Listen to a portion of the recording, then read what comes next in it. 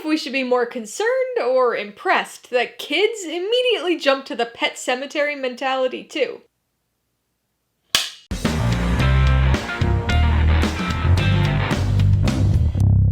Hey everybody, welcome to Mainely Movies. As part of my coverage of the 2024 Toronto International Film Festival, today I'm going to be talking about the 2024 fantasy comedy, Sketch, which will finally be released in theaters on August 6th. If you're new here, please consider subscribing for a variety of movie-related content, like reviews, rank lists, and recommendations. All my reviews include a breakdown of the pros and cons, my rating, and even some tailored film recommendations, so be sure to watch through to the end of this video for all of that extra content. Sketch stars Bianca, Belle, Kalon and Tony Hale, and was the directorial debut by Seth Worley. Based on Worley's own 2020 short film Darker Colors, Sketch tells the story of a young girl who must join forces with her brother to save their town after her sketchbook monster drawings are magically brought to life. I'm always fascinated by the phenomenon of film expectations. Whether we intend to or not, we almost always have some sort of preconceived notion about how we'll feel about a film. Usually, this just manifests as anticipation, or lack thereof. You watch a trailer or hear about an upcoming movie and think, hey, that looks really good, or, I don't think I'm gonna like that one. Anybody can have those types of film expectations, because it's just based on your preferences. But when you watch a lot of movies, especially a lot of different types of movies, you really start to get to know yourself cinematically. So your expectations become more nuanced and specific. You start to predict your feelings about specific aspects of the film, or even come up with multiple possibilities for how you think you'll feel with if-then statements. These thoughts often depend on how much information you have ahead of time, of course, which can make the process especially unique for festival films. These movies have no trailers or marketing to influence you. Most don't even have a poster yet. Sometimes development of preconceived notions is made easier by a familiar director, actor, or writer, but other times, especially with directorial debuts, you have to base your interest off only a short description or logline. Sketch premiered at TIFF last year, and in the run-up to the festival, I didn't quite know where it'd fall for me. The premise had me hooked, but the familiarity of the story, plus those dreaded if-then possibilities, had me concerned about some of the likely pitfalls. I decided to take a chance on it, and eventually even included it in my 10 most anticipated movies of TIFF 24 video, a decision that had people calling me crazy at the time. But despite my initial hesitancy, I'm glad that I included it, because it was such a pleasant surprise of a movie, and even cracked the top 10 of the festival for me. Sketch is exactly the type of movie that you have to take a chance on at a festival. It's a directorial debut that largely features child actors in their debuts, along with a few slightly bigger name actors known primarily for TV roles. So a single colorful screen cap and a fun premise were all this film was working with to entice me, but as it turns out, that was more than enough. This film starts off with a simple story that expands to fantastical proportions as it goes along. It follows a small family during a period of grief, primarily focusing on two kids. Struggling with the loss of her mother, the younger of these two siblings turns to a sketchbook, furiously scribbling and drawing all manner of disturbing creatures. When this sketchbook is accidentally dropped into a magical pond, her terrifying artistic creations are brought to life to wreak chalk-dusted havoc on the town. The idea of a child's drawings or imagination-fueled creations coming to life is a fun, though admittedly very familiar idea. In fact, when this film premiered last year, we had already just had two somewhat similar films that same year, with If and Harold and the Purple Crayon. Sketch has got a familiar, even slightly derivative premise, but the story execution is what helps to set it apart.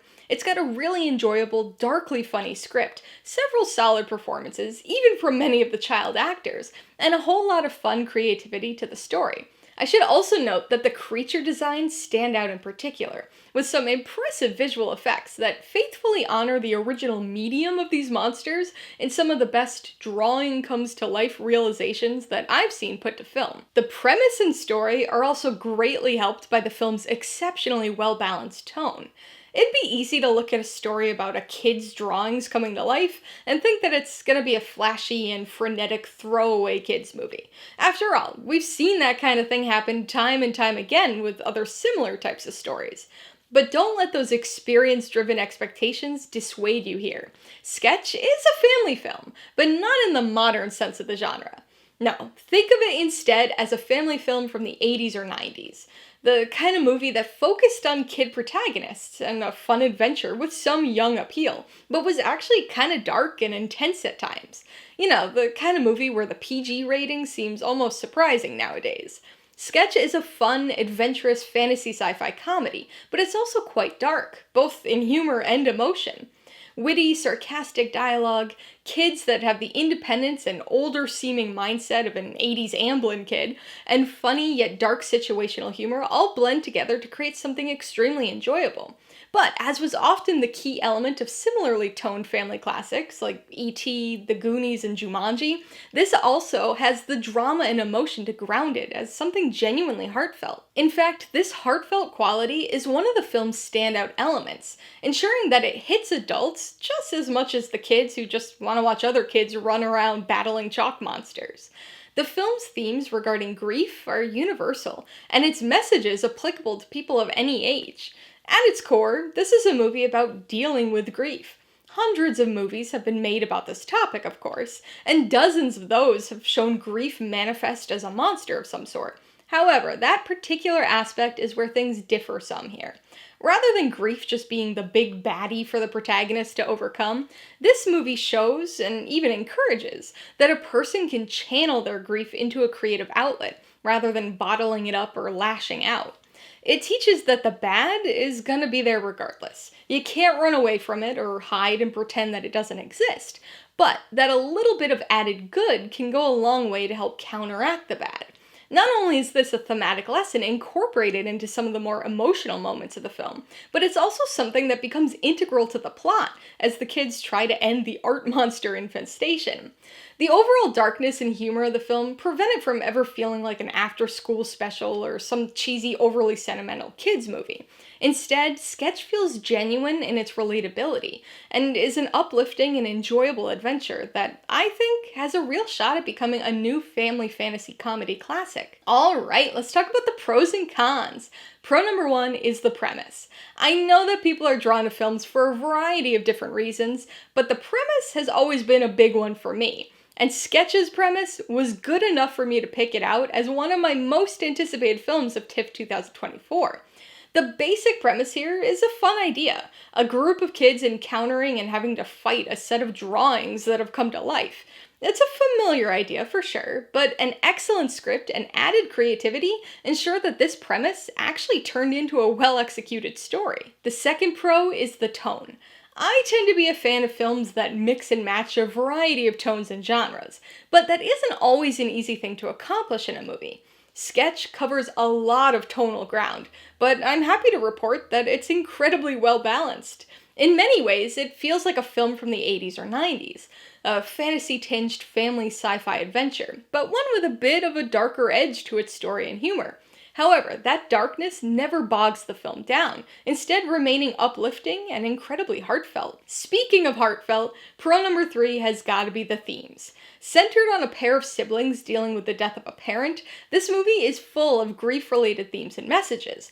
Perhaps most central is its assertion that creative endeavors can be a safe and helpful outlet for grief, and that although you can't force the bad things to leave your mind, the power of positive thinking can go a long way in helping to combat them. On the con side, my only issues are really just minor nitpicks. Perhaps the most obvious is the derivative nature of the story. We've had plenty of movies about drawings or imagination-fueled creatures coming to life. I mean, we had at least 2 others just last year. Then when you add in the creature as a physical manifestation of grief aspect, plus the overall Amblin feel to the story and kids, things do start to feel awfully familiar.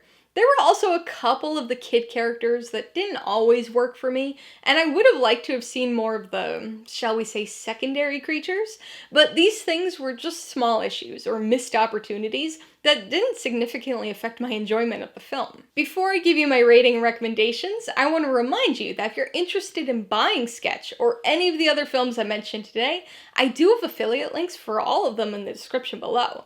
I get a small commission from anything you buy using one of my links, so I'd really appreciate it if you use them, if you're in the market for any of these movies or anything else. I'm gonna give Sketch 4 out of 5 paws. It's got a familiar premise that has been attempted a lot lately, but it's the first film in a long time to really nail the execution of that premise. Colorful, tonally well-balanced with a lot of solid humor, and featuring a heartfelt story about channeling grief into creativity, this is bound to become a new family film classic. I would recommend Sketch to anybody looking for a strong, fun family film, though you should read that as a family film a la the mid-80s. You know, the kind of movie that maybe be a bit too intense for young kids, but will end up being a taste-defining film for older kids, and just as enjoyable for adults. This one's a lot of fun, with a satisfying mix of family drama, sci-fi, light horror, and plenty of dark comedy. If you're a fan of darker tinged family films from days gone by, this movie is heartfelt and broadly enjoyable in many of the same ways. If you liked Sketch, I would recommend Jumanji. Starring Robin Williams, this is another fun, fantasy-tinged family adventure comedy with a great premise and even better story execution. It's extremely funny, but also heartfelt with its thematic tackling of grief and lost childhood. If you really like the premise and want another recent family film about child-created creatures manifesting in response to grief, you might want to watch TIFF. The premise and many of the themes are quite similar, but rather than drawings in a sketchbook, the creatures that come to life are children's imaginary friends, or IFs for short.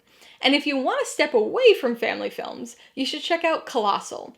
This sci-fi dark comedy offers a funny, thought-provoking, and surprisingly emotional take on the kaiju film, as a woman discovers an unexpected connection between her own mental health and a series of destructive catastrophes occurring on the other side of the world. Alright, a couple questions for you guys. Number 1, have you seen Sketch? If so, what'd you think of it? And number 2, what's your favorite movie in which a drawing is integral to the plot? Be sure to leave your answers in the comments below so we can get a discussion going. Alright, so if you got some enjoyment, insight, or information out of this review, I'd appreciate it if you'd hit that like button. And if you haven't done so already, please hit subscribe if you're at it to see more videos like this. Till next time, this has been Alyssa with Mainly Movies, the way life should be.